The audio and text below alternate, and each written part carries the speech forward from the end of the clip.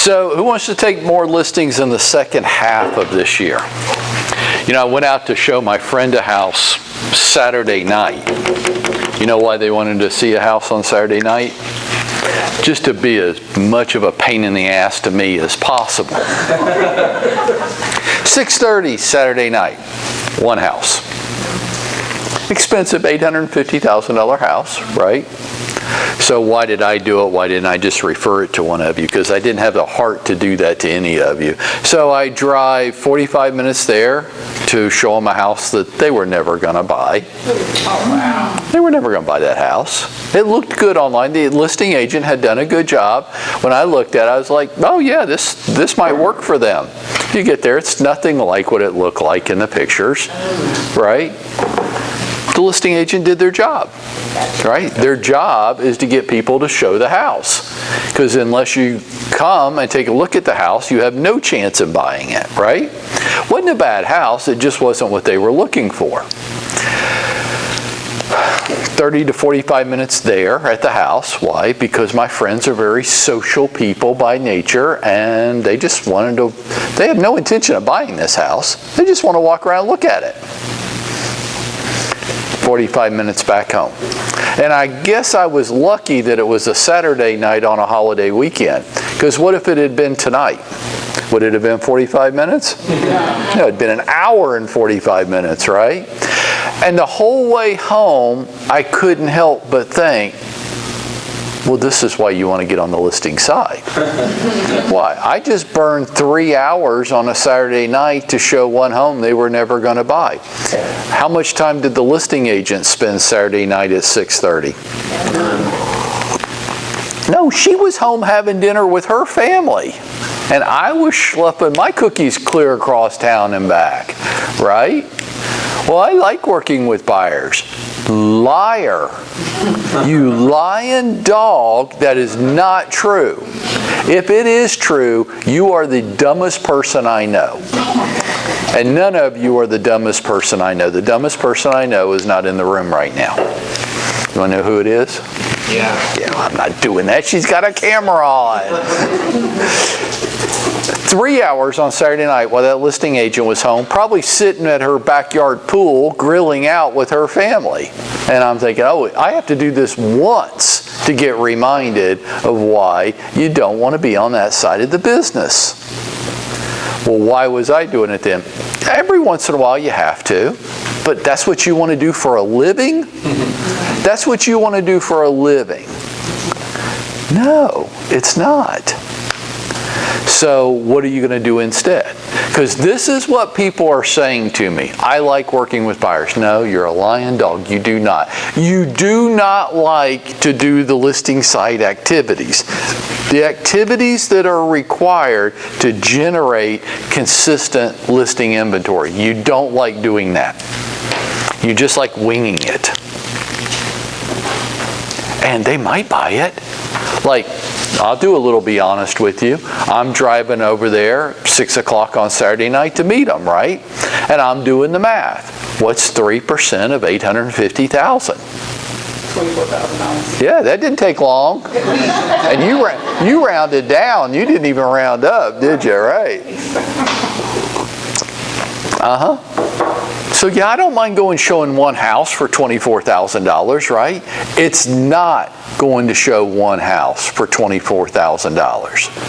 That's a fantasy. It's a fallacy. It doesn't work like that, right? How many more times do you think I'm going to have to drive across town to show them one house at a time because that's all they want to do? No, we'll just pop over there on our way to dinner. Yeah, it's not popping over there for me. It is for them. How many more times am I going to have to do that? 405 days. 405 days worth. But what I'll probably do is I'll give up on them about halfway there. The buyers are liars. They're not serious. No, it's not working the way I want it to work. Well, then don't do that. Well, I don't like doing that other stuff either. You have a problem. We have a problem. We have conflict. We don't like doing the listing site activities. Some of us will say that's not true. Some of us will say, I don't mind doing this. I don't mind prospecting. Who would say that? Who would say, prospecting doesn't bother me, I don't mind doing it? I mean, I do it. You don't mind? I don't mind because I look at what the end result's going to bring me. So, I mean, sometimes it's kicking and screaming.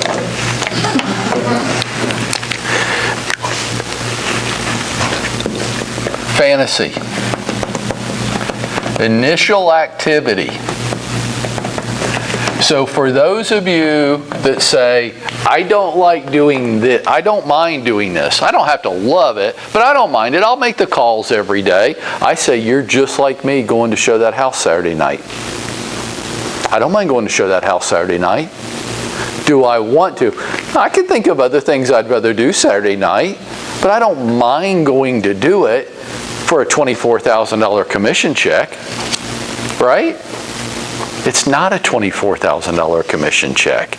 It's a fallacy. It's the same thing. I don't mind doing the prospecting, the initial activities. Well, it's not just that. It's not just me going to show the one home. It's not you making the first phone call or the first outreach. It's not that. And that does not mean what you think I mean by that. It could, but it doesn't necessarily have to mean it. FU doesn't have to be that. FU could be, now what? The initial activity is just like me showing that one house. It's nothing. It's nothing. I don't care how many people you call today. It's meaningless. Unless you have the fantasy that you're going to call people today and they're going to go, well, Adam, as a matter of fact, we were thinking about listing our house. Good timing on your part. Would you be available this afternoon when my husband gets home from work? Absolutely. You would? Great. How often does that happen? Not often. Not often at all. Anybody want a one in how many? 1 in 100, 1 in 200, maybe. 1 in 500. Maybe, yeah. I would go more towards the 500 than I would the 100. Greg, what do you say? I'd definitely 500 plus. 500 plus. It's not this. Was there a chance Saturday night that my friends would want to buy the house? Small chance. There was a chance, but it wasn't likely. Well, then what did I go do it for? I had to. It's part of the process. Wouldn't I like to just show them, like Melissa says to me, well, I don't do it that way. They have to pick at least 3 homes and not more than 5, and that's my rule. I'm like, yeah, I get you have your rules, but that wouldn't work. My friends are A-type personalities. They aren't going out looking at 3 homes. They'll pop over to look at one when they see one that looks interesting to them. Okay? Guess how many homes Jane and I would go look at when we were shopping for homes? 1. Yeah, maybe 2, but there was never 2 we wanted to go see. Right. So if you were an agent working with us, you would go show us one home. When? Around my schedule, like 4 o'clock on Saturdays would work well for me. Mm-hmm. You ain't doing nothing else Saturday afternoon, right? So my friends, Sunday morning, I get a text. Hey, we saw another house. Could we see it today? And I'm like, yeah, sure. I mean, what else are you going to say, right? Hey, well, we have a couples golf tournament this afternoon. Could we see it around 4:30 after we get done? No, the homeowner's not allowing the home to be shown today. Must be a kid's birthday party or something going on. We'll have to pick another day. Why? 4:30 is right in the middle of my Sunday afternoon. But that's how they want it done. Could you call or outreach to people and somebody says, yes, I want ready to list my home? You could. Anything could happen, but it's not likely. What's your ongoing campaign? So I want to show these people a whole bunch of homes. And this is where you can't get away from this. If you think you want to work with home buyers because you don't like prospecting, it's all the same thing, folks. It's all the same thing. I didn't like driving clear across town Saturday night either. So I'm only going to do things I like. Well, then buckle up. You're going to have to do things you don't like over and over again every day. What is that? Well, I'll tell you this. I might not like the prospecting on the seller side. It might make me feel uncomfortable. I might not like it. But I really didn't like spending 3 hours Saturday evening doing that either. And when I got to think about it, I just get madder and madder, right? I'm driving home. It's 7:30. I'm hungry. I'm tired. It's been a long day. This was a stupid waste of time. They were never going to buy this house to begin with. Where's that list? She did a good job. She got me to drive clear over here to show them a home they would have never been interested in if they had been able to see the real thing, right? I wonder what she's doing right now. Oh, I bet she's having dinner with her family right now. I'm not. I bet she's not sitting in this traffic driving clear across town. I am. I bet she's not having to put gas in her car to fill it up because she just drove 3 hours round trip for nothing. I am. Now tell me again how you don't like the seller side activities. So, who are you going to call? Who are you going to email? Who are you going to send a thank you note to? Who are you going to send a video to?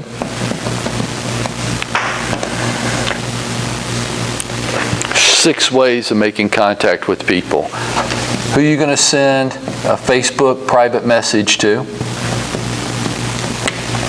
What am I leaving out? Text. Text. Now, who are you going to text? Today.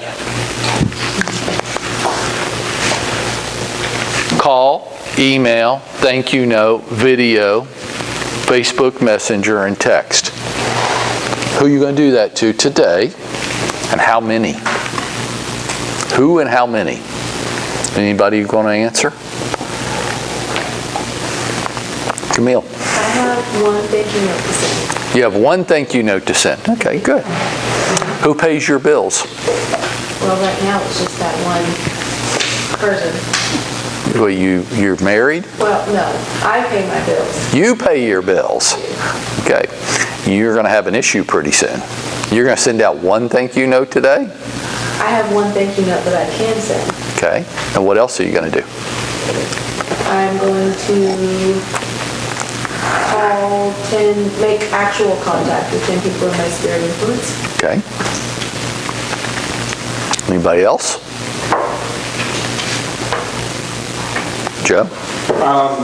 People that I don't already or have not met yet, I have to do at least 5 new contacts today and then 10 at my sphere of influence. Okay.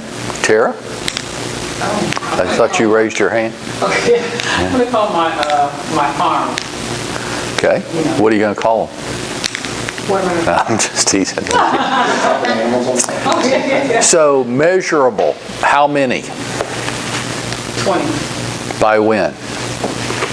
before I leave out the office, Okay. By when?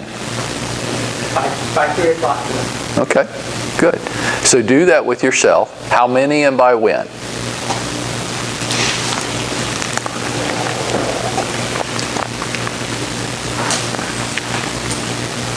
And then mix it up. You got 6 different ways to contact people.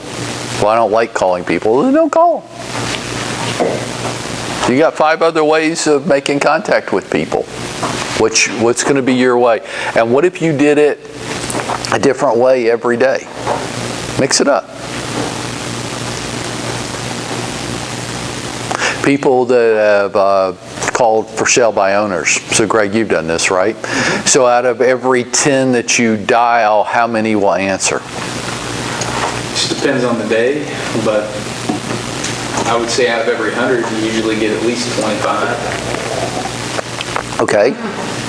So 75 out of 100 won't answer. And there's where the opportunity lies. So watch the average real estate agent. What do they do with the 75 that don't answer? Call them the next day. Try to call them the next day. You have 5 other ways of making contact with people. If they're not answering their phone, like, so I would fall into this category, you could try to call me the next day. You could try to call me every day for the rest of your life, and I would never answer. I don't answer unrecognized numbers. Anybody else like that? Look at this. Most of the room does not answer unrecognized numbers. That's why 75 out of 100 don't answer. Greg. You know, it's interesting. Because whenever I get a contract in, one of the first things I do is I call the listing agent, and they don't know my number. Do you know that nearly every listing agent picks up the phone? Really? Yes, they pick up the phone. Okay. And they pick it up because they're thinking I'm a client, I'm a potential client. So at least 7 out of 10 pick up the phone. Well, good. Then how many and by when are you going to contact today? How many what? How many and by when will you contact today? Oh, new agents, I will contact 3 today, and it'll be done before 4 o'clock. Okay. Good. But you can see if we use the room, and that's pretty close. It's about, you can anticipate about a 28 to 31% no answer rate. But you can see when we did a little mini survey in the room, most of the room does not answer unrecognized numbers. Okay? Well, what am I going to do? Well, listen to what we say. Well, I'm going to call them again tomorrow. Well, that's just dumb. They're not going to answer. They're not ever going to answer. So you just keep calling numbers where you know statistically they're not ever going to answer. Right. And I'll contend that the opportunity lies not within the 25 out of 100 that do answer, it lies within the 75 out of 100, because if they're not answering Greg's call, they're not answering Adam's. They're not answering anybody's call. So what could you do with the 75 out of 100? So, I have the worst handwriting of anybody. This board was not built for somebody like me.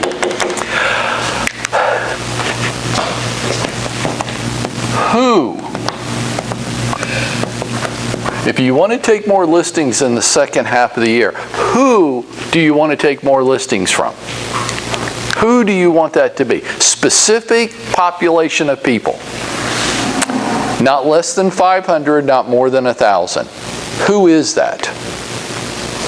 Like, could you put me in your car and drive me and point them to me? The people, those people over there. That's who. Who is going to list their home with you? Specific population of people. What are you going to do to make that happen? Like, how are you going to use the 6 methods of making contact with people? What's your organized strategy? So like today you could go, well, Mike, if you'll ever shut up, I was right in the middle of sending Facebook messages to 50 people in that targeted group. Anybody in here like right in the middle of sending messages to targeted people? No. You did it before we came in. Who'd you send them to? A specific zip code. A specific zip code. And what did you send? And how did you send it? It was a Facebook targeted ad for the first time in my life. Okay. Okay. To how many people? It was for that zip code, it was 230,000. How many? 230,000. That's your problem. It's too big. You think? But after it filtered down, it showed me I would get like between 16 and 24 leads. Okay. Let's take 2 to 3 minutes and go with this. Okay? So you say it loud. Now you sent what? A Facebook targeted ad. To who? To people living in zip code 30327. To a whole zip code. To a whole zip code. Okay. And what was the theme of your ad? Are you tired of moving? Are you tired of moving? We want you to do it one more time. Okay, good. Yeah, I got to hear this. What's your angle? You're trying not to sell real estate? What is? Yeah, trying to get them to take advantage of a 1.5% down FHA program. Okay. All right. Great. So you sent it to a whole zip code. Whole zip code. First-time home buyers. Yeah, that was the broad demographic. And how much money did you spend? $7 a day.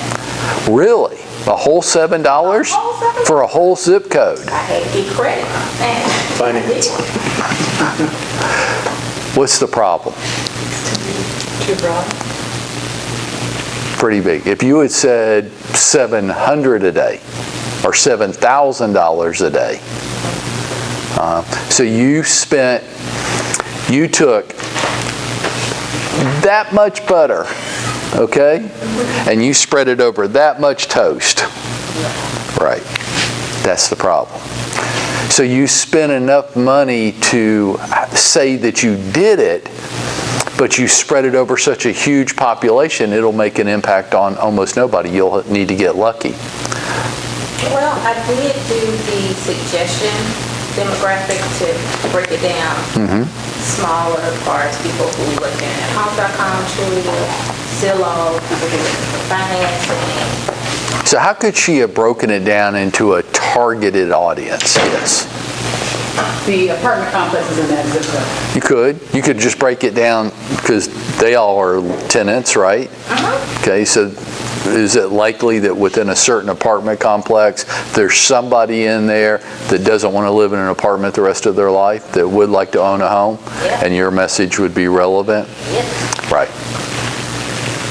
And then even getting to know the leasing agents at the apartment complexes, people that are coming up that are going to be renewing their lease, or maybe even contacting somebody who lives in renter's insurance policy or whatever like that, who their renters are. So we're going to pick on Yasleen for just a second because you made the mistake of volunteering, okay? Classic mistake from an agent's perspective. Classic. You did take action, and you should get all the credit for having the initiative and taking the action. But she spread it out over such a large population that the odds of it having an impact on anybody are pretty mild. How many of you see this? I made the mistake of buying my dog a collar off of some website. Do you possibly imagine how many Facebook ads I see for all the different dog collars that are out there now? The same ads all the time coming up in my thread.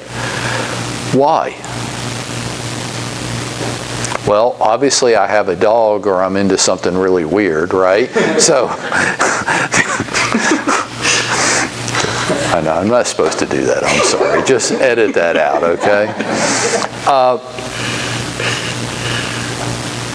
It's not that they ran one ad at me one time. It's not. It's that they keep running. How many of you, just a quick show of hands, have ever been on Facebook and seen an ad and thought, I might be interested in that, but I don't have my wallet with me right now, or I don't have the time. I know that I'll see this ad again. The next time I'll open it up and investigate it more. Anybody else other than me that done that? Look at the room. Almost everybody. They better keep running the ad at me, right? Right, because most of the room has made decisions like that. What is the number? It's like 87% of all shopping carts are abandoned. You know that? You're on the website, you select the item, you put it in your shopping cart, but you don't complete the purchase. Why? It's cheaper than that. It's cheap. Change your mind. Yeah, you run out of time. I don't have my credit card. It's upstairs. I don't want to go upstairs to get it. I'll just come back in. I mean, it's a zillion things, right? Right. It's not what you did one time to a small group of people. That's a campaign. It's a campaign. It's not that I called people one time. It's not that I showed one house. It's not any of that. It's what you do over and over and over and over again to the same people. Greg, if you call for sale by owners today, I say, good for you and glad you did it. But really, I don't want to hear anything until you've touched them. Like today is the 12th touch that I've made with that person and I'm getting nowhere. That I want to talk about. You haven't made 12 touches yet? There's nothing to talk about. You haven't implemented enough of a campaign to expect any results. And we don't like that. Just like Saturday night, I didn't like going to show one home. Now, if they had bought that house, my whole attitude driving home would have been entirely different. Oh, damn. That's the easiest $24,000 I ever made. I drive over. If they had bought that house Saturday night, was that worth 3 hours of my time Saturday night to do that? Hell yeah! But it doesn't work like that. As much as we desperately want it to, it doesn't work like that. It's the organized campaign that we implement. 10, 12, 15 touches of all different kinds.